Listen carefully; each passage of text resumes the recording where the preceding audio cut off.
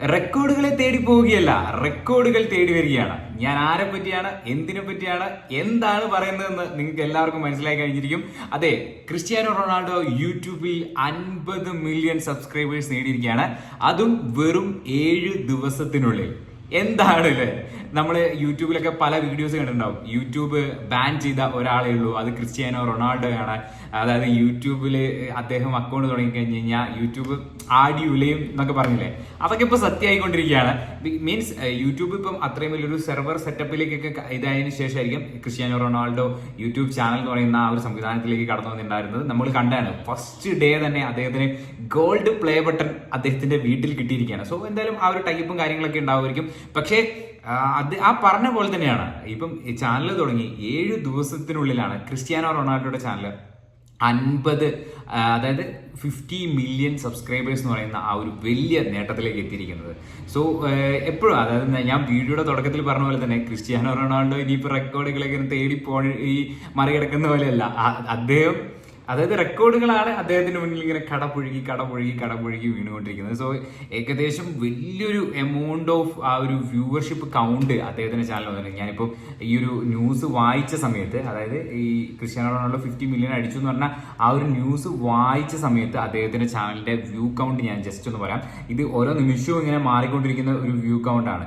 ഏകദേശം 282 കോടിയുടെ അടുത്താണ് വ്യൂ കൗണ്ട് എന്ന് പറയുന്നത്. സോ നമുക്കൊന്നും ചിന്തിക്കാൻ പറ്റുന്നതിൻ്റെയും അപ്പുറത്തെ ഒരു വ്യൂ കൗണ്ടിലേക്ക് ഇപ്പോൾ ചാനൽ പോയി. ഏകദേശം 22 വീഡിയോസാണ് ആ ഒരു ചാനലിൽ അപ്ലോഡ് ചെയ്തിട്ടുള്ളൂ എന്നുള്ള കാര്യം നിങ്ങൾ ഓർക്കണം.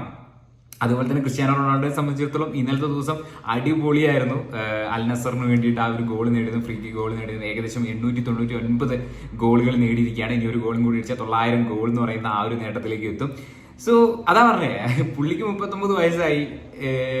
ആ ഒരു രീതിയിലാണ് പുള്ളിയുടെ കാര്യങ്ങളൊക്കെ പോകുന്നത്. സോ ഏകദേശം യൂട്യൂബിൽ നിന്ന് അദ്ദേഹം എത്ര രൂപ ഉണ്ടാക്കുന്നൊക്കെ നമ്മളൊക്കെ ചിന്തിക്കുന്നുണ്ടാവും.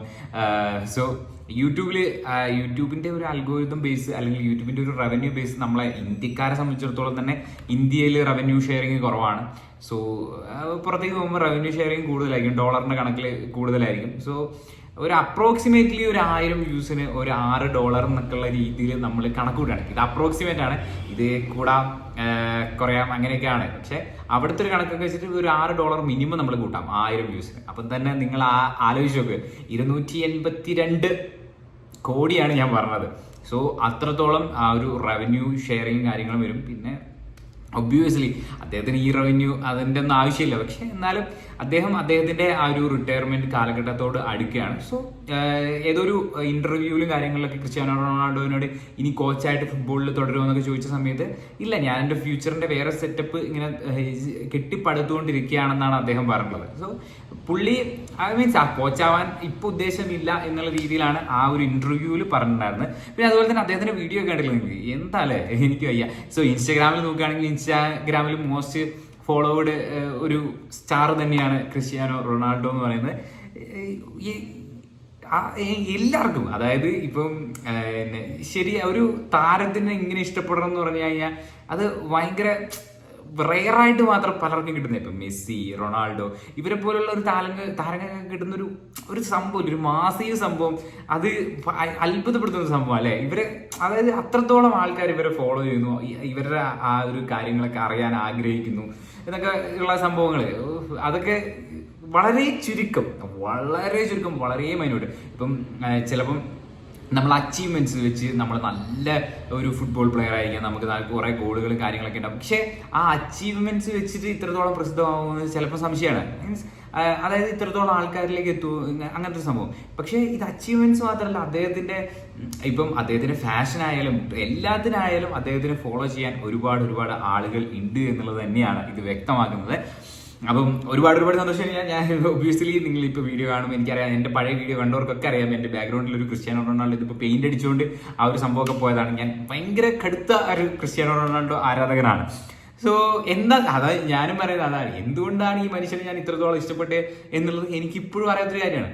മീൻസ് നമ്മൾ ചെറുപ്പത്തിൽ അങ്ങനെയാണല്ലോ, മെസ്സി റൊണാൾഡോ എന്ന് പറഞ്ഞിട്ട് ഫൈറ്റ്, ലാലേട്ടൻ മമ്മൂട്ടി എന്ന് പറഞ്ഞിട്ട് ഫൈറ്റ്, അങ്ങനത്തെ ഒരു സംഭവമാണല്ലോ.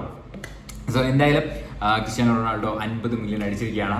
ഇനി എത്ര പെട്ടെന്നാണ് അദ്ദേഹം 100 മില്യൺ എന്ന് പറയുന്ന ആ ഒരു കടമ്പയിലേക്ക് പോകാൻ പോകുന്നതെന്നൊക്കെ നമുക്ക് കണ്ടു തന്നെ അറിയേണ്ടിയിരിക്കുന്നു. ഇങ്ങനെയൊക്കെ പോവുകയാണെങ്കിൽ വൈകാതെ തന്നെ റെക്കോർഡുകളൊക്കെ കടപുഴകും എന്ന് തന്നെയാണ് എനിക്ക് തോന്നുന്നത്. മീൻസ് ആ ഒരു പോക്കാണ് പുള്ളി പോയിക്കൊണ്ടിരിക്കുന്നത്. അപ്പം നമുക്ക് നോക്കാം എന്താണ് സംഭവിക്കാൻ പോകുന്നത് മക്കളെ. സോ നിങ്ങളൊരു ക്രിസ്ത്യാനോ റൊണാൾഡോ ഫാൻ ഈ വീഡിയോ കാണുന്നുണ്ടെങ്കിൽ നിങ്ങൾ എന്തായാലും കമന്റ് ബോക്സിൽ റൊണാൾഡോ എന്ന് കമന്റ് ചെയ്യാം കേട്ടോ ഗൈസ്. അതുപോലെ തന്നെ ലൈക്ക് അടിക്കാം, സബ്സ്ക്രൈബ് ചെയ്യാം. നമുക്ക് പുതിയ ഓരോ ഡേയിലും നടക്കുന്ന പുതിയ ഐറ്റംസ് ഒക്കെ ആയിട്ട് നമുക്ക് വീഡിയോ ഒക്കെ ആയിട്ട് തകർക്കാം. എല്ലാ ദിവസവും വീഡിയോ വരുന്നതായിരിക്കും.